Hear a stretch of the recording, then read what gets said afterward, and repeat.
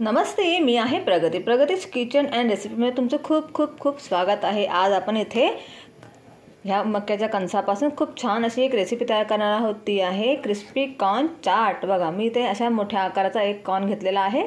त्याला मी छान असे त्याचे दाणे काढून घेतलेले आहेत मस्तपैकी। हा मोठा आहे त्यामुळे याचे दाणे पण खूप निघाले आहेत, तर तुम्ही पण असंच घ्या। आणि हे अमेरिकन कॉर्न असतात ना, अगदी छान आपल्या हाताने बघ दाबणारे असे मऊसूद असे मी घेतलेले आहेत। देशी पण भेटतात पण त्याचे दाणे जरा कडक असतात। तुम्ही हेच याच प्रकारचे घ्या, तर अशापासून खूप छान ही रेसिपी तयार होईल। तर आपल्याला लागणारे साहित्य आहे ते आपण कॉर्न घ्यायचे, हे दाणे घ्यायचे आहेत, कॉर्नफ्लॉवर घ्यायचा आहे, मैदा घ्यायचा आहे याला कोटिंग करता, आणि बाकीचं जे आपल्याला चाट करता लागणारं सामान आहे इथे लाल तिखट घेतले चवीपुरतं, चाट मसाला आहे, मीठ आहे, कोथिंबीर आहे, शिमला मिरची आहे आणि कांदा आहे।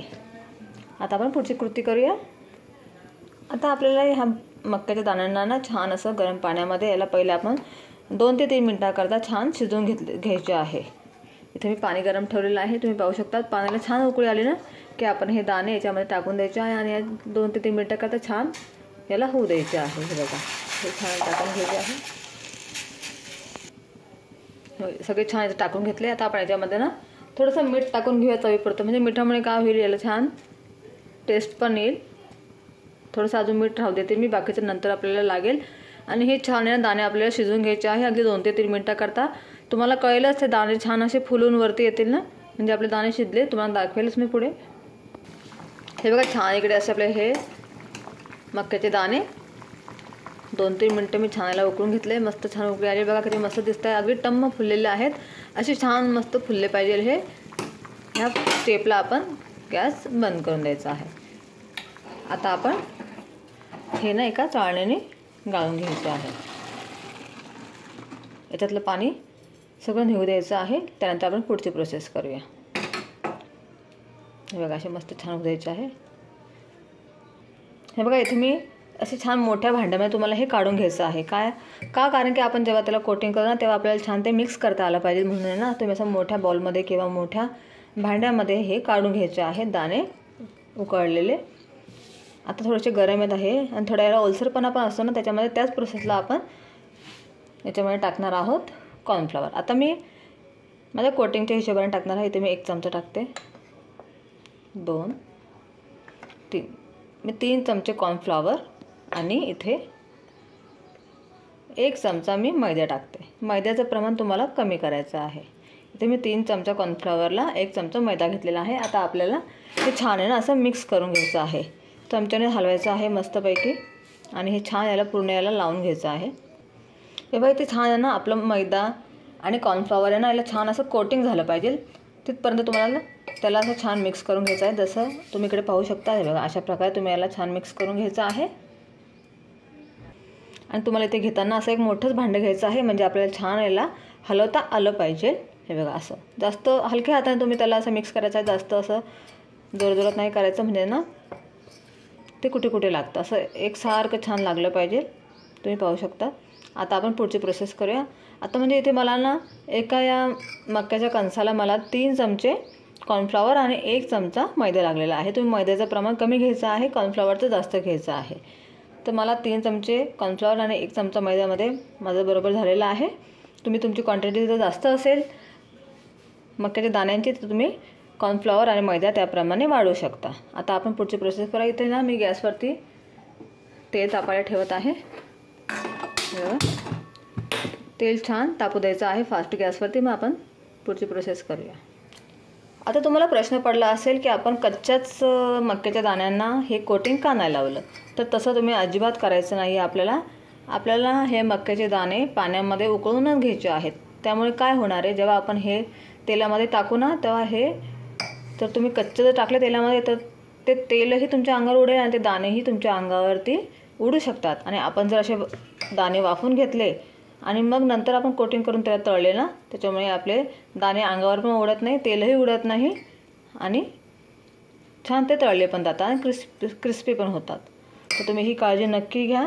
तुम्ही दाणे कधी पण वाफवूनच तळा, डायरेक्ट तेलामध्ये टाकू नका। आपली सेफ्टी ही जरुरी आहे, रिस्क घ्यायची नाही, अशा पद्धतीनेच करा तुम्ही। हे जरी इथे मी तेल तापायला ठेवले, आता आपलं तेल तापेल त्यानंतर आपण हे याच्यामध्ये टाकू। आपल्याला माहिती आहे की हे उडणार नाही, तरीसुद्धा आपण आपल्या सेफ्टी करता असं झाकण एक जवळ ठेवायचं आहे. म्हणजे जसं पण आपण याच्यामध्ये मक्याचे हे दाणे टाकू तर आपल्याला थोड्या वेळा करता याला झाकून ठेवायचं आहे. म्हणजे कधी कधी एकही दाणा उडू शकतो, आपल्या डोळ्यामध्ये उडू शकेल, त्यामुळे आपण काळजी घेतली पाहिजे. आता आपलं तेल बघा छान गरम झालेलं आहे. आता आपण हे याच्यात टाकून घेऊया. टाकताना तुम्हाला एका वेळी जास्त टाकायचं नाही आहे. हे बघा असं थोडं थोडं टाकायचं आहे आणि याच्यात झाकण ठेवायचं आहे लगेच, कारण की हे दाणे उडू शकतात. 1-2 मिनटाकरता राहू द्यायचं आहे. हे बघा वाफवल्यावरती सुद्धा ते थोडेफार उडतातच आहे, त्याच्यामुळे तुम्ही असं झाकून ठेवायचं आहे. तळताना ही काळजी तुम्ही नक्की घ्या. बघा आवाज तुम्हाला येत असेल. गॅसची फ्लेम थोडीशी स्लो करायची आणि मगच झाकण उघडून त्याला एकदा चमच्याने हलवायचं आहे. तळताना आपण थोडंसं लांबच उभं राहायचं आहे, त्याच्यामुळे काय आहे कधी कधी एखादा दाणा आपल्या अंगावर उडू शकतो. हे बघा मी अगदी कमी टाकले होते, किती छान दिसत आहे बघा. अगदी गोल्डन ब्राऊन कलर आलेला आहे आणि खूप छान क्रिस्पी बनत आहे. मक्याचं कणीस शेकून खाण्यापेक्षा ना तुम्ही अशा प्रकारे नक्की ट्राय करा. अगदी छान मस्त फुललेले आहे. त्याला छान असे गोल्डन ब्राऊन झाले, जास्त जाळायचं नाही आहे, असं त्याला इतपत होऊ द्यायचं आहे आणि मग आपण त्याला काढून घ्यायचं आहे. हे बघा किती मस्त कुरकुरी झालेले आहे, किती मस्त याचा आवाज येत आहे. आता असेच मी बाकीचे पण तळून घेते. हां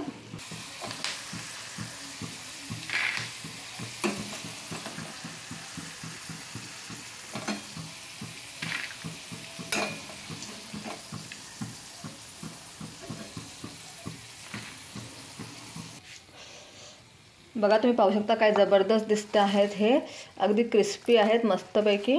हे बघा किती मस्त खाण्याचा आवाज येतो आहे. आता इथे मी 2 प्रकारे का वेगळे काढले आहे तुम्हाला सांगते. आता इकडे आपल्याला जर हे सगळं मिक्स करायचं असेल ना याच्यामध्ये, तुम्हाला जेवढं खायचं आहे आता सध्या तुम्ही तेवढं याच्यामध्ये हे मिक्स करायचं आहे. सगळं याच्यामध्ये मिक्स करून ठेवायचं नाही आहे, म्हणजे याचा क्रिस्पीनेस ना मग थोडं दूर होतं.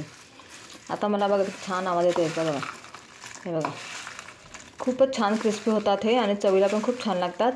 माझ्या मुलीला तर खूपच आवडतात, त्याच्याकरता मी खास ही रेसिपी करते आहे आणि तुमच्यासोबत पण शेअर करते. तर आता मी याच्यामध्ये तुम्हाला लागेल तुम्ही तुमच्या हिशोबाने हे ॲड करू शकता. आता मी याच्यामध्ये थोडंसं कांदा टाकणार आहे. हे बघा